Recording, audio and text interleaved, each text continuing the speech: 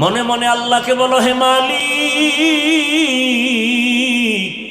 তোমার দেওয়া নিয়ামত পানি পান করি, তোমার দেওয়া সূর্যের আলো, চাঁদের আলো, নদীর মাছ খাই, জমিনের ফসল খাই, গাছের ফল খাই, কিন্তু এত কিছু পাওয়ার পরও তোমারে চিনি না, তোমার হুকুম মতো চলি না, সেজদা দেই না, বেপরদায় চলি, মা বাবার সাথে বেয়াদবি, শিক্ষকের সাথে বেয়াদবি, ওলামায়ে কেরামের সাথে বেয়াদবি, কতবার নামাজ ছাড়লাম, দাড়ি কাটলাম, আজকে থেকে তওবা করে নিলাম, আর মা বাবার সাথে বেয়াদবি করব না, আলেম ওলামার দোয়া নিয়া, শিক্ষকের দোয়া নিয়া 5 ওয়াক্ত নামাজ পড়বো, দাড়ি কাটবো না, বেপরদায় চলবো না। ও আল্লাহর বান্দারা, তওবা করার মতো যদি অন্তর তৈরি হয়, বাবার কাছে অন্যায় করে থাকলে গোপনে গিয়া ক্ষমা চাও, মায়ের কাছে গিয়া দোয়া নাও, মা যদি মাথায় হাত দিয়া দোয়া করে দেয় কপাল খুলে যাবে, মাকে গিয়া বলবা, মা বড় বেয়াদবি করেছি, দিলটা পাথর হয়ে গেছে, গুনাহ করতে মনে চায়, নেক করতে মনে চায় না, আজকে তওবা করলাম। আমার মতো কত যুবক স্কুলে পড়ে, নামাজ পড়ে, আমি পারি না কেন? ওয়াজের প্যান্ডেলে কত মানুষ কান্না করে, আমার চোখে পানি নাই কেন? আমার কপাল খারাপ, আল্লাহ বেজার হয়ে গেছেন গুনার কারণে। মা, তুমি আমার জন্য মাথায় হাত দিয়া দোয়া করে দাও, আমি আর জীবনে নামাজ ছাড়বো না, আর কোনোদিন দাড়ি কাটবো না, বেপরদায় চলবো না, আর কোনোদিন তোমাদের সাথে বেয়াদবি করবো না, শিক্ষকের দোয়া নিয়ে, ওলামায়ে কেরামের পরামর্শ নিয়ে, নবীর আদর্শ মেনে চলবো। তওবা করার মতো যদি নিয়ত হয়, দুটো হাত আমার আল্লাহকে দেখাইয়া দাও। আয় আল্লাহ, হাতগুলো কবুল করে নেন, তওবা কবুল করে নেন, তওবার উপরে মজবুত হইয়া চলার তৌফিক আমাদের দান করেন। বাড়িওয়ালার বাড়ি পড়ে আছে, বাড়িওয়ালা নাই, গাড়ি পড়ে আছে, গাড়িওয়ালা নাই। এই যে ঈদ গেল, কত অ্যাক্সিডেন্ট, কত মানুষ মরে গেল, সদরঘাট লঞ্চ অ্যাক্সিডেন্টে মানুষ মরে গেল, আপনারা দেখছেন। আবার আপনাদের এই পদ্মার এপারে খুলনা এলাকায় বিবাহের বরযাত্রী মেয়ে নিয়ে রওনা হয়ে গাড়ি শুদ্ধ সব শেষ, এইভাবে এক এক করে সকলকে বিদায় নিতে হবে।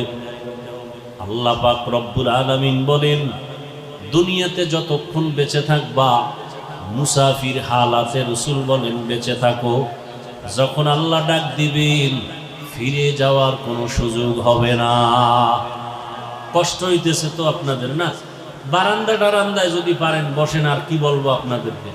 আমি আর 5-10 মিনিট কথা বলে আপনাদের মোনাজাত দিয়ে দেই, যেহেতু সবার কষ্ট হচ্ছে, পরিবেশ আর ঠিক করারও কোনো কায়দা নাই। যে যেভাবে আছেন কথা না বলে চুপচাপ যেখানে সুযোগ পান সেখানে বসেন বা দাঁড়িয়ে থাকেন। আল্লাহ পাক আমাদের সবাইকে হেদায়েতের দৌলত দান করেন। ইয়া আইয়ুহাল্লাযীনা আমানুস্তাঈনু বিস-সাবরি ওয়াস-সালাহ ইন্নাল্লাহা মা'আস-সাবিরিন। हर गरी देने को तू तैयार है, जो न मांगे उससे तू बेजार है। या इलाही तू मेरा माबूद है, या इलाही तू मेरा माशूक है। आए बुद्धिमाনের কাজ করছেন, হে উঠে মাথায় দেন, আর কি করব? তো বৃষ্টি গায়ে লাগবে না, আর কি করা? হ্যাঁ দেয়, উপরে উপরে টানো টানো। হ্যাঁ মাশাআল্লাহ মাশাআল্লাহ।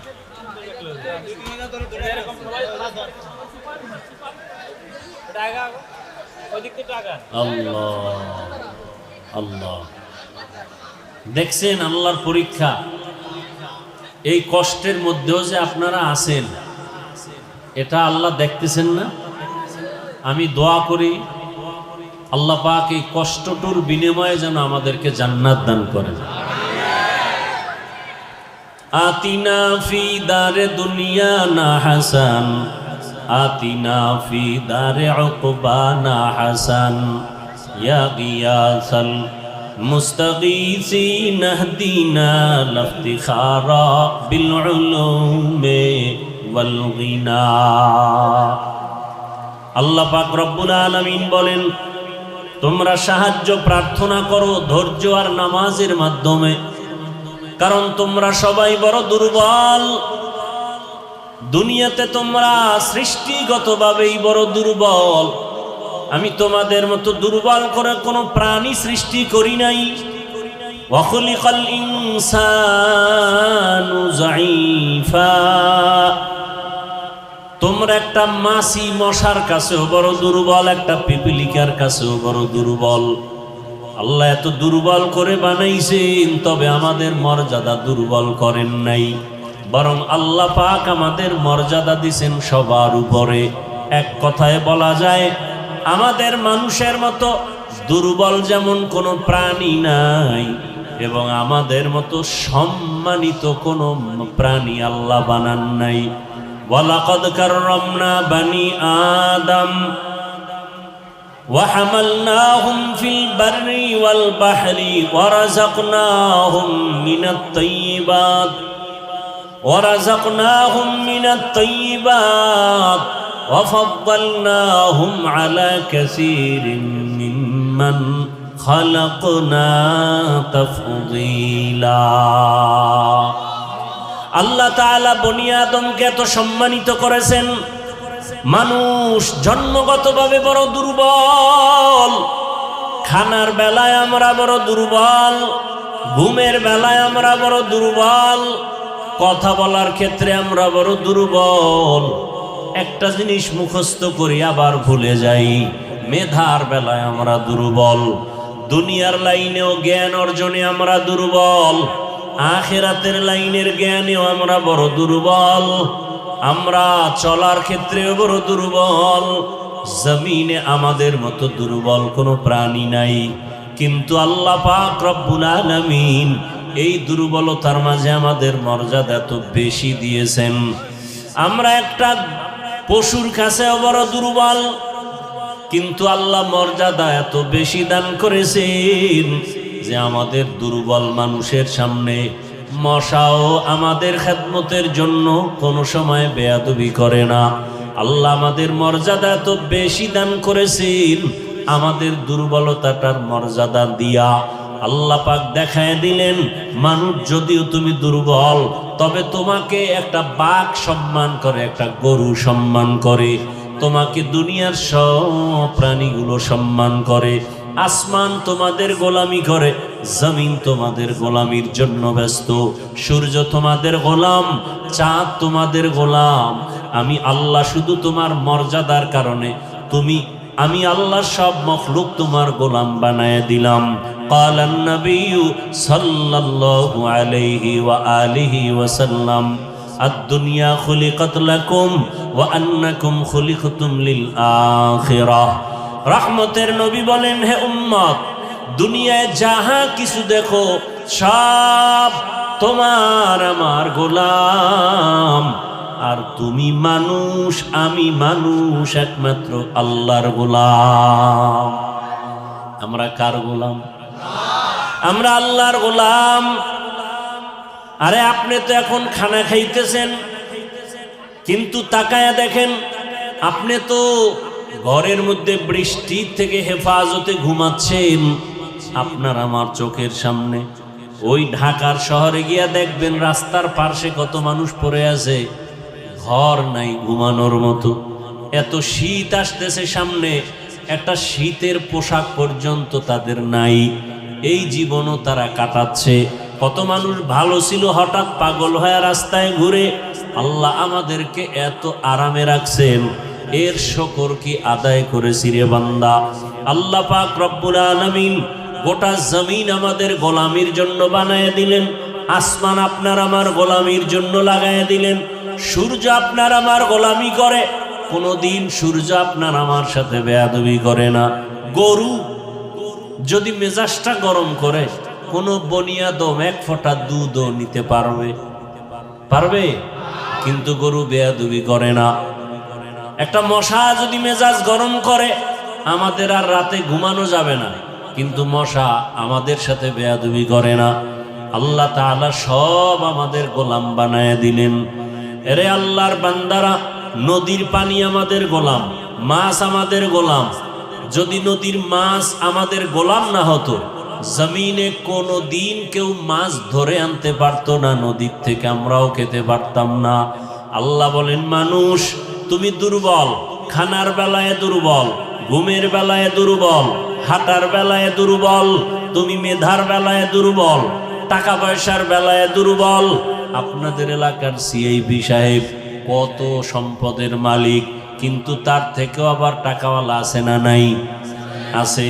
তিনি আর একজনের কাছে দুর্বল, ওই টাকাওয়ালা আর এক টাকাওয়ালার কাছে দুর্বল।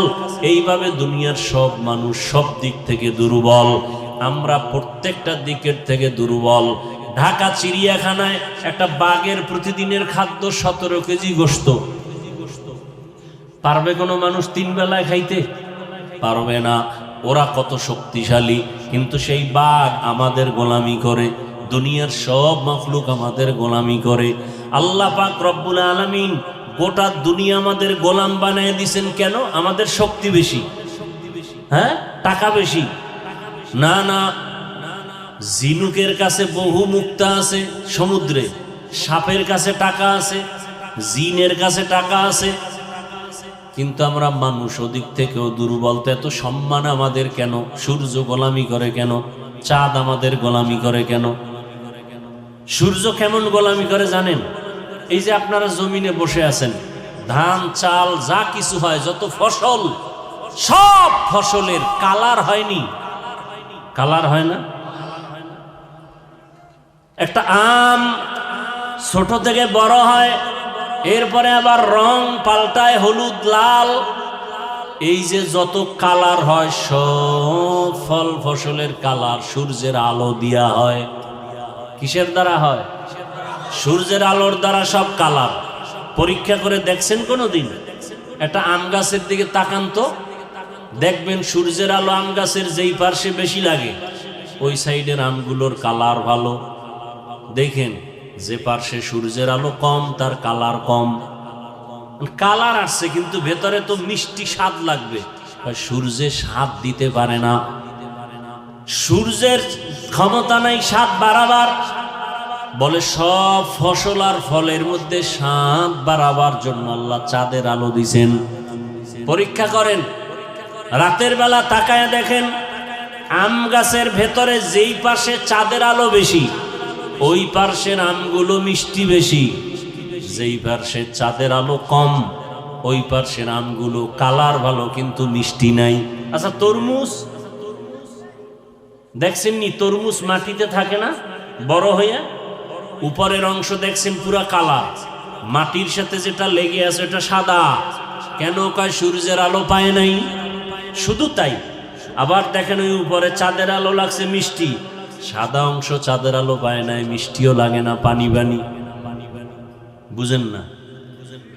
তাহলে দেখেন তো, চাঁদ এই যে এগুলো করতেছে আল্লাহর জন্য না আমাদের জন্য?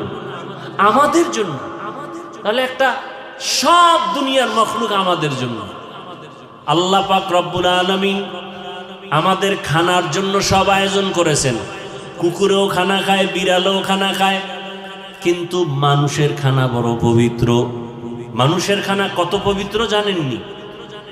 আমি একটা গ্লাসে পানি পান করে অর্ধেক রেখে দিলাম, এই পানিটাও পাক, আর একজনে পান করবে, কোনো বাধা নাই, বরং আর একজনের জন্য শেফাও হতে পারে। শুধু কি তাই, খানা খাইতে বসছেন, খানা খাওয়ার পরে মাছ খাইলাম, কাটা ফালায় দিলাম, গোশতের হাড্ডি ফালায় দিলাম। আল্লাহ কয়, বান্দা তোর এত দাম জানো? তোর মুখের খানার হাড্ডি কাটাগুলো আমি অনর্থক ফেলে দেই নাই। এই তোমার এই জুটা, কয় যেটাকে জুটা আমরা ফেলে দেই, কাটা হাড্ডি, এগুলো খাওয়ার জন্য আরো কয়েক দল প্রাণী আল্লাহ রাখছেন।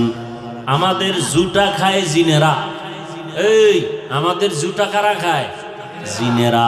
আমাদের জুটা কাটা খায় কুকুর, আমাদের জুটা কাটা বিড়ালে খায়, খায়নি? এই জন্য রসুলের সুন্নত কি? রসুলের সুন্নত হলো ওই জুটাগুলো পানির মধ্যে ফেলবা না। এই ভাই, আমরা যে খানা খাইয়া খাওয়ার সময় কাটা জুটা থাকেনি, কথা বলেন না কেন? আজকে একটা সুন্নতের এই আমলের নিয়ত করেন তো ইনশাআল্লাহ। ওই যে কাটা জুটাগুলো রসুল বলছেন পানিতে ফেলা যাবে না। কেন? স্বাদ নষ্ট হয়ে যাবে, কুকুর খাবে মজা পাবে না, বিড়াল খাবে মজা পাবে না, জিন খাবে মজা পাবে না। এজন্য পানিতে ফেলা মাকরুহ। রসুলের সুন্নাত পানিতে ফেলো না, বরং এমন একটা নিরাপদ জায়গায় ফেলো যেন কুকুর এসে খেতে পারে, বিড়াল খেতে পারে, জিনেরা খেতে পারে। তাহলে আজকে এই সুন্নতটার আমলের নিয়ত করেন যে ইনশাআল্লাহ আমরা ঝুটা পানিতে ফেলবো না। কি পারা যাবে না ইনশাআল্লাহ? সুন্নত ছাড়া শান্তি নেই, সুন্নতের আমল ছাড়া আমাদের জীবন গড়ার কোনো রাস্তা নাই। রসুলের আদর্শই মানুষের সফলতার আদর্শ। দুইজন দেখা হলে রসুলের আদর্শ, সালাম দাও, কত সুন্দর, কুশল বিনিময় করো। এখন তো মোবাইল আসার কারণে সালাম বন্ধ, হ্যালো আসছে সালাম নাই, বরকত নাই, মোহাব্বত নাই। সালামে মোহাব্বত বাড়ায়, আর হ্যালো বইলা মিথ্যা বাড়ায় দিছে মোবাইলের মাধ্যমে। তো আল্লাহ পাক বলেন, বান্দা তোমরা এত দুর্বল, দুনিয়ার সব মখলুক তোমাদের গোলাম বানায় দিলাম। তাকাইয়া দেখো একটা গরু সারাদিন কি খায় আপনাদের এলাকায়? কি খায়? ঘাস, খের, কুটা, ভুসি। কিন্তু সকালবেলা যখন আপনি পাত্র নিয়ে যান দুধ নেওয়ার জন্য, দুধ কত পিওর। কি নবীজি বলেন, এই গাভীর দুধ তোমরা বেশি বেশি পান করো, কারণ দুধের মধ্যে অনেক লাভ আছে, অনেক ভিটামিন আছে, স্বাস্থ্যের জন্য 10টা ঔষধ আছে দুধের মধ্যে। কয়টা? তার মানে ডায়রিয়ার রোগীরে খাওয়াও। হ্যাঁ, ভালো করে বুঝেন। গাভীর দুধ এত পিওর, খায় ঘাস। আগামীকাল যদি আপনি একটা গাভীর দুধ দেয় কয় কেজি ভাই? কথা বলেন না কেন? আবার ওই যে বিদেশি 20 কেজি, 40 কেজি, 1 মণ আছে না নাই? আগামীকালকে দুধ কিন্তু আমগো দেশি গরুতে যেই ওলান থেকে দুধ দেয়, বিদেশি গরু কি অন্য জায়গার থেকে দুধ দেয়? একই জায়গা, ওর বোটা 4টা। কয়টা? কথা বলেন না কেন? আগামীকালকে ওই দুধ না টেনে ওই ওলানটা কেটে ফেলবেন, কেটে এরপর বালতিটা ধরবেন। বুঝে থাকলে বলেন তো কত কেজি আসবে 20 কেজি দুধওয়ালার গাই থেকে? 1 ফোঁটা আসবে। 1 কোটি টাকা দিব যদি 1 ফোঁটা দুধ আসে, আসবে? 20 কেজি দুধ গেল কই? ভিতরে আছে। তো গরু জবাই করে বের করো 1 ফোঁটা। গরু জবাই করলে যেই গরু 20 কেজি দুধ দেয়, কালকে গরুটাকে আপনি দুধ না নিয়ে বলেন যে আমি ভিতরে কোথায় দুধটা জমা, আমি জবাই করে ভিতরটা খুঁজে দেখবো দুধ কোথায় আছে। বের করতে পারবেন? শেষ চালাকি। এত বুদ্ধি লয়ে ঘুরেন, শেষ সব বুদ্ধি। এই যে 20 কেজি দুধ দিল, আপনি না নিয়ে কাইটা দেখেন তো দুধ নেই, গেল কই? ব্যথা মাথায়, কোথায়? ডাক্তার মাথা ব্যথা কয় ক্যাপসুল নাও। হ্যাঁ, এলজিন খাও। কি মাথায় দিয়া মাখতে কইছে? কি কইছে? খাইলে ট্যাবলেট কই যায়? তালুতে। কোথায়? পেটে গেলে মাথা ঠিক হয় কেমনে? ঔষধ গেছে ফ্যাটের ভিতরে, মাথা ব্যথা ভালো। ঔষধ গেছে পেটের মধ্যে, ঘাড় ব্যথা ভালো। ঔষধ পেটের ভিতরে, চোখ ব্যথা ভালো। কথা বুঝেননি কিছু?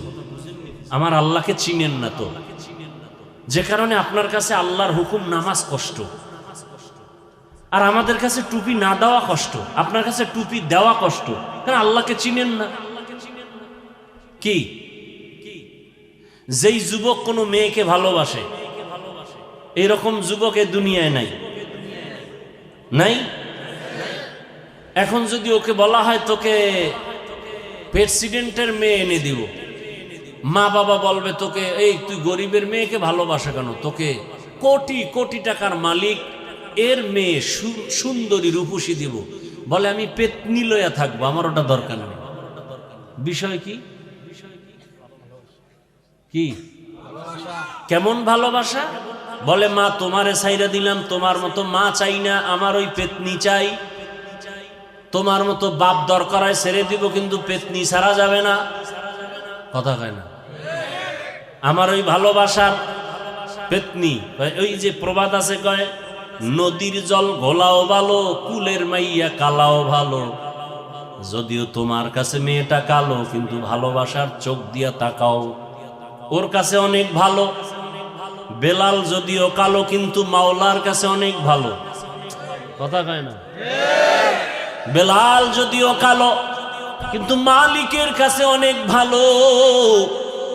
যদিও বেলাল 10 জন সাহাবা জান্নাতীদের লিস্টিতে নাম নাই, বেলালের নাম নাই, কিন্তু নবী বলেন আমি মেরাজে গিয়া জান্নাতে বেলালের হাঁটার আওয়াজ পেলাম। দেখছেন নি কারবা? আহ, বড় কঠিন হালাত।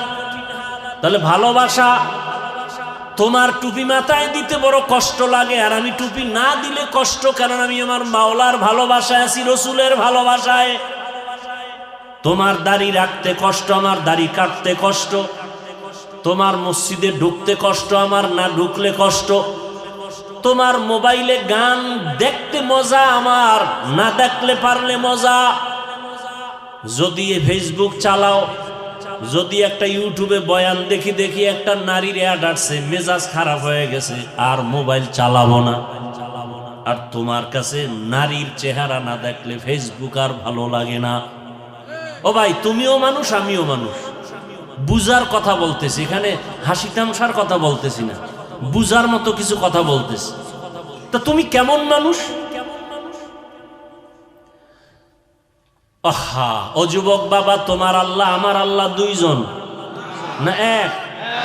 তোমার নবী আমার নবী, তোমার কাবা আমার কাবা, তোমার কোরআন আমার কোরআন, তোমার হাদিস আমার হাদিস, তোমার কালেমা আমার কালেমা, তোমার ধর্ম আমার ধর্ম। তাহলে তোমার আমার পোশাক কেন এক হবে না? তোমার আমার খানা দানার সিস্টেম কেন এক হবে না? তোমার আমার চলাফেরার ক্ষেত্র কেন এক হবে না? অথচ দুঃখ, তোমাকে টুপির জন্য আলাদা বয়ান দেওয়া লাগে, নামাজের জন্য আলাদা বয়ান দিতে হয়, এরপরও তুমি নামাজ পড়তে চাও না। তো চাওই না, উল্টা আমগো কি কও, নামাজ না পড়লেও হুজুর গো থেকে ভালো আছি। এরকম বেয়াদব নাই? বলে নামাজ না পড়লে আমরা হুজুরদের থেকে ভালো। বড় কঠিন হালাত। বলে নামাজ না পড়লে আমগো ইমান তাজা। তোর তো ইমানই নাই, আবার তাজা কই? একজনের রোজা রাখে না, কয় ভাই রোজা রাখো, কয় একটাও ভাঙি না। রোজা রাখেই না, ভাঙবে কি? রাখলে না ভাঙবে। আহা, অহংকার না? 6 বছর থেকে রোজা রাখা শুরু করছি, বাবাই শিখাইছে। এ আমার মেয়ে ছোট, 6-7 বছর, 30টা রোজা সব রাখছে, একদিন উঠাই নেয়, চিল্লাইয়া না খাই সারাদিন। জ্বর, বলছি উঠা লাগবে না, না উঠবে। বলছে আমি ওয়াদা করছি আমি 30টা সব রাখবো। এখন পর্যন্ত কোরআনের সবকও নেয় না, আমপারা পড়ে। আর আমনেগো সন্তান এক একটা বলদ হয়ে গেছে, বলদ বিয়া কইরা, মাইয়া বল হয়ে গেছে, রোজা রাখে না। ওই বুড়া জাহান্নামী কইতে আছে না না না, ছেলের চেহারা নষ্ট হবে। ওই নিমক হারাম বাবাকে জিজ্ঞেস করা দরকার, মোবাইল চালায় যে তোর সন্তানের জিন্দেগি শেষ হলো, চেহারা শেষ হলো। এরকম চেহারা শেষ হয় নাই মোবাইলের কারণে? এবার কোন মেডিসিন দিয়া চেহারা ভালো করবা? রোজা রাখলে চেহারা নষ্ট হয়, এই জন্য রোজা বাদ। মোবাইল দেখলে যে গজব আসে, সেটা বাদ দাও না কেন? চেহারার মধ্যে কোনো নূর নাই, কোনো আকর্ষণ নাই, আলো নাই। চুলগুলো ভাল্লুকের মতো, চেহারাটা উল্লেখের মতো, সারা রাত আকাম করে মোবাইলে। চেহারার নূর থাকবে কিভাবে? সারাটা রাত আকাম করে। চোখের জেনা, হাতের জেনা, অন্তরের জেনা, জবানের জেনা চলে সারা রাত মোবাইলের দ্বারা। তোর চেহারায় নূর থাকবে কিভাবে? ওর স্বাস্থ্য ভালো থাকবে কিভাবে? ও বিবাহ করার আগে ওর জিন্দেগি বরবাদ। হাসো কেন? আমি হাসির কথা বলছি। লজ্জা থাকলে কানে ধইরা কান্না করা দরকার। লজ্জা শরম নাই তো, এজন্য হাসো। সারা রাত্র গুনাহ করো আবার হাসি আসে। আজকে এত সমাজে অশান্তি কেন? মাদ্রাসা বেশি, মসজিদ বেশি, আলেম বেশি, শান্তি থাকবে, অশান্তি কেন? ওই যে ভোটের আগের রাত্রে টাকা খাইয়া এরপরে হারাম পথে ভোট দিছ, শান্তি আসবে কিভাবে? তাহাজ্জুদ আলাও খাইছে, হাজি সাহেবও খাইছে, কম খায় না, ওই পায়খানা জনমের মতো খাইছে, গোপনে গোপনে খাইছে, আছে না নাই? হুজুর গো ভোট দিলে পচা যাবে, এই জন্য দেওয়া যাবে না। কি আর বলবো, এই বয়ান করলে তো অনেক বক্তাকে বয়ান থেকে নামায় দেওয়া হয়। কি এই হলো আমাদের ঈমান। আল্লাহ তাআলা বলেন, বান্দা তোরে ঘুম পাড়াইলাম আমি, ঘুমের থেকে যদি আমি আল্লাহ তোরে সজাগ না করি, দুনিয়ার কেউ সজাগ করতে পারবে? পারবে? আমি আল্লাহ পাক রব্বুল আলামিন এত আদর করে তোরে বানাইছি, আসমান তোর গোলাম বানায় দিলাম, জমিন গোলাম, পাহাড় গোলাম, পর্বত গোলাম, সমুদ্রের মাছ গোলাম, জঙ্গলের প্রাণীরা গোলাম। এরে আল্লাহর বান্দারা, আমরা সবাই এক আল্লাহর গোলাম, এক নবীর উম্মত, এক কোরআন, এক কাবা, এক কালেমা, এক ধর্ম। এরপরেও কেন আমাদের মধ্যে রসুলের আদর্শ নাই? আচ্ছা, আমাকে হুজুর গো লাইনটা বাদ দিয়া একটু বুঝাই, যারা হুজুর না তাদেরে বুঝাই। ও বাবারা, তুমি স্কুলে পড়ো, তুমি জেনারেল লাইনের ছাত্র, তুমি কলেজে পড়ো, তুমি চাকরি করো, ব্যবসা করো, এবার তোমার কাছে আমার জিজ্ঞাসা, ও যুবক, তোমার মতো জেনারেল লাইনের যুবক স্কুল কলেজে পড়িয়াও কি নামাজি নাই? বা হুজুর বাপ, তোমার আমি হুজুর বানাইতে আসি না, আমার এই কথার জবাব দাও। তোমার মতো যুবক যদি স্কুল কলেজে পড়ে নামাজ পড়ে, তুমি পারো না কেন? আর কোনো ওয়াজের দরকার নেই। তোমার মতো যুবক যদি র্যাব, আর্মি, পুলিশ, বিডিআরের চাকরি করে নামাজ পড়ে, আসেনি, তুমি পারো না কেন? তোমার মতো যুবক রাস্তায় গাড়ি চালায়, নামাজ পড়ে নাই, কোনো ওয়াজের দরকার নাই, এটা হলো আসল ওয়াজ। বলো তুমি পারো না কেন? তোমার মতো যুবক ওসি, ডিসি, এসপি, এমপি, মন্ত্রী, অভাব নাই, 5 ওয়াক্ত নামাজি, বলো তুমি পারো না কেন? তোমার মতো যুবক নদীর মধ্যে মাছ ধরে, নৌকায় বসে নামাজ পড়ে, তুমি পারো না কেন? তোমার মতো যুবক শ্রমিকের কাজ করে, কৃষি কাজ করে, গামছা বিছায় নামাজ পড়ে, তুমি পারো না কেন? ও পর্দার আড়ালের মা বোনেরা, মাইকের আওয়াজ শুনতেছেন, আপনাদের সন্তানদেরকে যা বলতেছি এগুলো বাস্তবায়নের জন্য আপনাদের অবদান ছাড়া হবে না। কারণ দুনিয়াতে গাছ ভালো হলে ফল ভালো হয়, মা বাপ ভালো হলেই তো সন্তান ভালো হয়। কথা ঠিক নেই? সৎসঙ্গে স্বর্গবাস, অসৎসঙ্গে সর্বনাশ। এরে আম্মা জানেরা, আপনাদের জীবনটা কত ধন্য। আপনারা যদিও নবী না, নবীদের মায়ের মতো মা, আপনারা হাফেজে কোরআনের মায়ের মতো মা, আপনারা তো দামি দামি সন্তানের মা, আপনারা তো খাজা মঈনুদ্দিন চিশতি আজমিরির মায়ের মতো মা, আপনারা তো বড় পীর আব্দুল কাদের জিলানী রহমাতুল্লাহ আলাইহির মায়ের মতো মা, আপনারা তো বাইজিদ বুস্তামির মায়ের মতো মা। এ দুনিয়াতে ভালো ভালো যত সন্তান আছে, এরা সব ভালো মায়ের কারণে হয়েছে।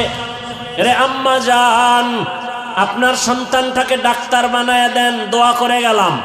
আপনার সন্তানটাকে ইঞ্জিনিয়ার বানাবেন, বাধা নাই। প্রফেসর বানাবেন, বাধা নাই। ওসি, ডিসি, এসপি, এমপি, মন্ত্রী বানান, বাধা নাই।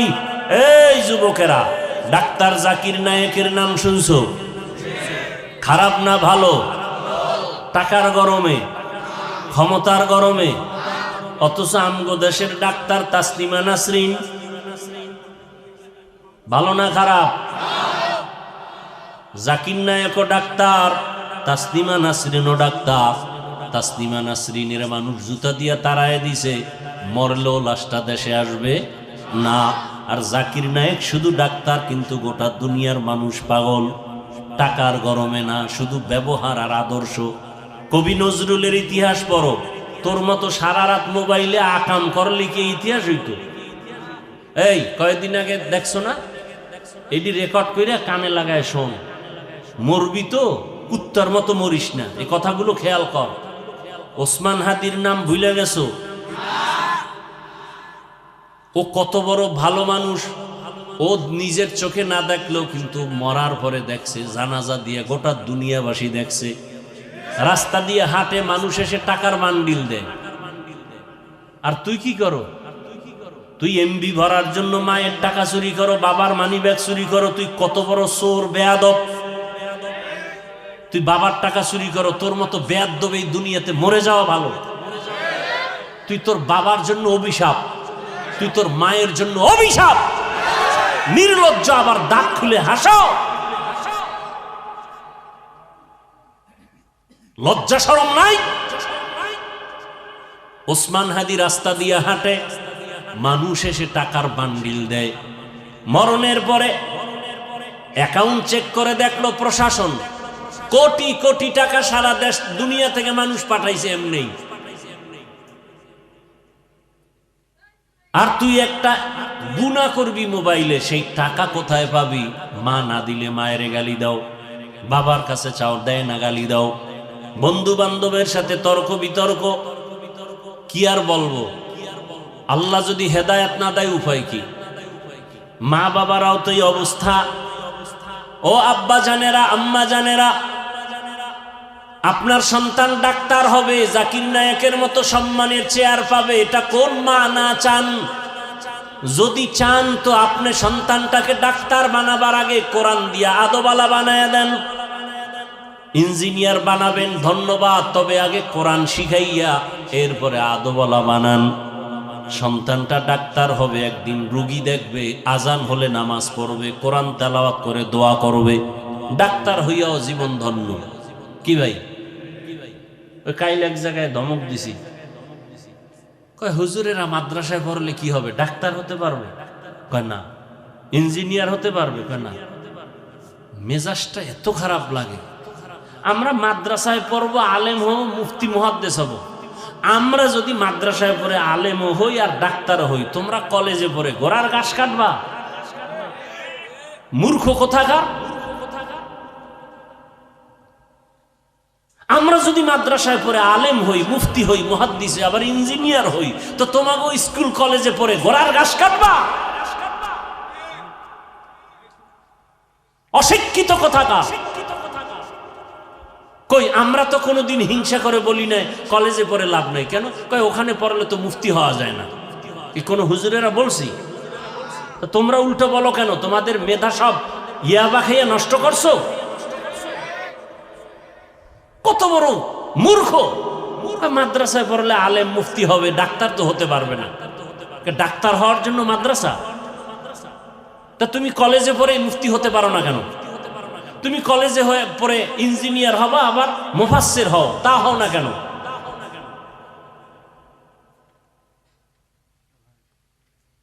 এভাবেই আল্লাহ সমাজ ঠিক করছেন। ইঞ্জিনিয়ার হও তুমি কলেজে পড়ে, আমি মাদ্রাসায় পড়ে আলেম হইছি। তোমার কাজ কি আমার বিল্ডিং বানায় দাও, আমার কাজ কি তোমার সন্তানরা এখানে বসে মানুষ বানাবো কোরআন পড়াইয়া। শেষ। এই তো জিন্দেগি। তুমি বিল্ডিং বানাবা, মানুষের থেকে টাকা উঠায় তোমার বেতন দেব, আমি আবার ছাত্র পড়াবো, তোমরা আবার আমার বেতন দিবা। এ তো সমাজ। একজনে সব হবে কেমনে? নাক কান গলার ডাক্তার, সে বলবে পেটের রোগের ঔষধ দিবে। তা কেন বলো নাক কান গলার ডাক্তার, তুমি পেটেরটা পারো না, তুমি ব্যর্থ, এরকম কেউ বলে? তো দুনিয়া বুঝলা, আখেরাত বুঝো না কেন? যে মেডিসিনের ডাক্তার, সে নাক কান গলার কথা বললে বলবে বিশেষজ্ঞের কাছে যাও। আমি ওখানে অজ্ঞ, আমি বিশেষজ্ঞ না। যাও।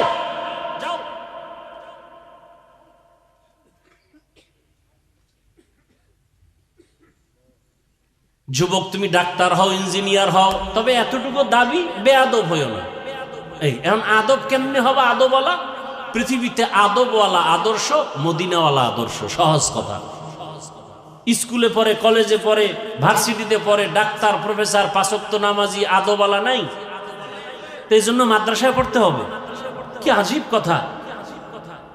বরং কি করতে হবে? রসুলের আদর্শওয়ালা আলেমদের সাথে সম্পর্ক রাখতে হবে। এই এতটুকুই। আলেম ওলামাদের সাথে সম্পর্ক রেখে তোমার আদর্শ সুন্দর করো। ঘরে ঢুকবা ডান পা দিয়া সালাম দিবা, রসুলের আদর্শ। মা বাবার সাথে চোখ গরম করে কথা বলবা না, হারাম, রসুলের আদর্শ।